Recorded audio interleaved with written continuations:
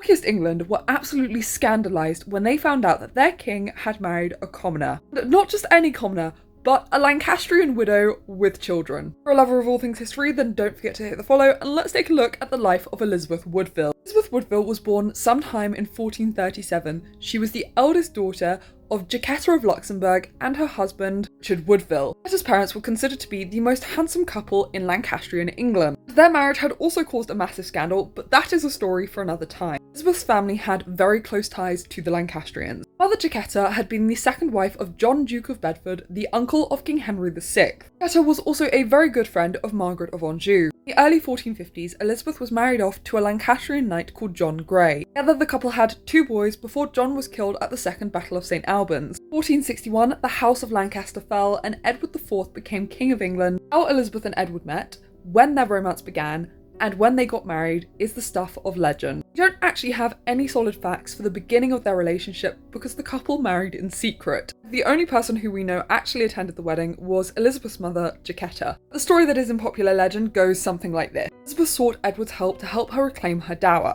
Edward was so overcome with Elizabeth's beauty, he had to have her as his mistress, but she refused. So Edward caved and the couple got married in secret. Regardless of when the marriage occurred, it was made public in September of 1464. People were not happy about this, including Edward's right-hand man, Richard Neville, Earl of Warwick, as well as his brother George, Duke of Clarence, and some accounts even suggest that Edward's mother did not approve. Warwick very quickly fell out with Edward over his marriage to Elizabeth Woodville, as not only were they considered to be very prideful, they also backed an alliance with Burgundy, as Warwick favoured an alliance with France. During his 1469 rebellion, Warwick and Clarence would end up killing Elizabeth's father and brother John. Together, Elizabeth and Edward would go on to have 10 children, including the ill-fated Princess in the Tower, the wife of Henry VII, Elizabeth of York. In 1483, Elizabeth's husband died suddenly, leaving their young son, Edward, as heir to the throne. Actually, Elizabeth and her faction sought to effect a coup, getting Edward crowned as quickly as possible because they feared the loss of their power. But Richard and his allies acted fast. Edward would go on to execute Elizabeth's brother Anthony and at least one of her sons, Richard Grey. It is also widely accepted that he had the princes in the Tower murdered. The Chillis Regius Act of 1484 actually dissolved Elizabeth's marriage to Edward IV, bastardized all of their children. As a result, Elizabeth teamed up with Margaret Beaufort, agreeing to the marriage of her daughter Elizabeth to Henry Tudor if he could come and claim the throne, which is exactly what happened in 1485, with the couple marrying in 1486. In 1487, Elizabeth retired to Bermondsey Abbey. Some debate over whether she did this of her own free will, argue that it was her wish to retire from courtly life, but others argue that she was forced out by Henry VII because she supposedly supported the rebellion of Lambert Simnel. Elizabeth died in 1492 and was buried at Windsor Castle with no pomp or ceremony.